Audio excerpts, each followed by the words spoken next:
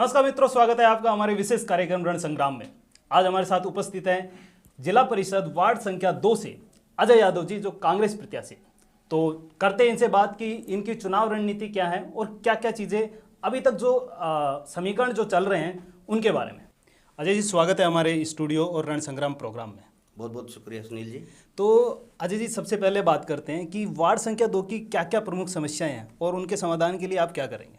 देखा जाए तो अब जैसे विधायक जो भाजपा के हैं यहाँ पे जी, तो उनकी वजह से जो जनता के काम नहीं, वार्ड मुंडा और या वार्ड की जनता के काम नहीं होने पा रहे हैं। जी जी। तो इसलिए सरकार ने स्पेशली मेरे को वार्ड नंबर 2 में उतारा गया मेरे को। जी जी जी। जो जनता जो परेशान है उनकी जो समस्या सुनी जा सके इसलिए। जी जी जी, चलिए, बहुत अच्छी बात है। तो अजय जी, आपके जो वार्ड हैं उसमें युवाओं के रोजगार के लिए आपके क्या प्रयास रहेंगे। देखो सर, ऐसा है, हमारे जो क्षेत्र में जो वार्ड है जी, इसमें जो रोजगार के लिए आते हैं उन्हें हम डायरेक्ट मिलाते हैं और उनको कंपनियों से मिला भी रहे हैं। जी जी। और हमारे आगे प्रयास रहेंगे सरकार से मिलके, और इनको जो अपने रोजगार जो ये युवा साथी हैं इनको सबको रोजगार दिलवा जाए। जी जी।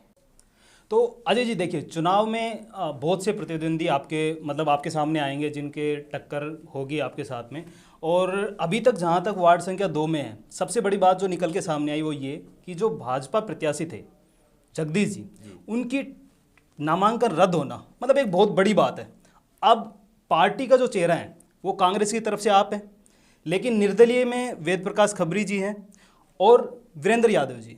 तो आपको क्या लग रहा है कि कौन आपकी टक्कर में है, या कैसा आप सोच रहे हैं कि भाई ऐसी रणनीति होगी या क्या हो कैसे। ऐसा है, जीत हार तो आगे वो देखी जाएगी, आगे होगी जो जी, लेकिन अब किसी को भी हल्का नहीं समझना चाहिए पहले तो। जी जी, ठीक है ना जी। चलिए, ये बहुत बढ़िया बात है कि आप किसी को भी हल्का नहीं समझना चाहिए, क्योंकि ये चुनाव चीज़ ही ऐसी है कि कब क्या हो जाए पता नहीं चलता है। अब वार्ड संख्या 2 से भाजपा प्रत्याशी का लास्ट टाइम पे नामांकन रद्द होना बहुत बड़ी बात है, और इससे कहीं ना कहीं हो सकता है कि अब जो समीकरण है वो सारे चेंज हो गए हैं, और कहीं ना कहीं अब जीत डिसाइड करेंगी कि कौन ज़्यादा दावेदार था। तो अब बात करते हैं कि और कौन कौन सी ऐसे जो उपाय हैं जो जो आप जनता के सामने लेके जाएंगे और आप बोलेंगे कि मुझे वोट दें। होता है ना कि यदि आप चुनाव में जा रहे हैं और जनता से वादे करते हैं, तो ऐसे कौन कौन सी चीज़ें हैं। आपने रोजगार के बारे में बता दिया, उसके अलावा कुछ। उसके अलावा तो अपने जो सरकार ने जो काम किए हैं उनकी योजनाओं के बारे में घर घर जाके बताएंगे, उनके आधार पे वोट मांगेंगे जनता से। जी, बहुत बढ़िया बात कही है कि सरकार योजनाएं चलाती है, लेकिन जनता तक उन योजनाओं का पहुंच पाना बहुत बड़ी मुश्किल होती है। लेकिन जो अजय जी बोल रहे हैं कि कहीं ना कहीं जनता तक उन योजनाओं को पहुंचाने का ये प्रयास करें।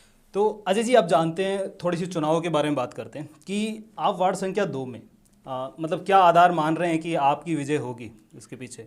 देख सर, हमारी जो सरकार के जो काम किए हुए हैं पहले से और अब कर रही है, उनके आधार पर मैं चुनाव जीतूंगा। जी, ओके। आप देख रहे थे हमारी विशेष वार्तालाप जिला परिषद वार्ड संख्या 2 से अजय यादव जी के साथ में।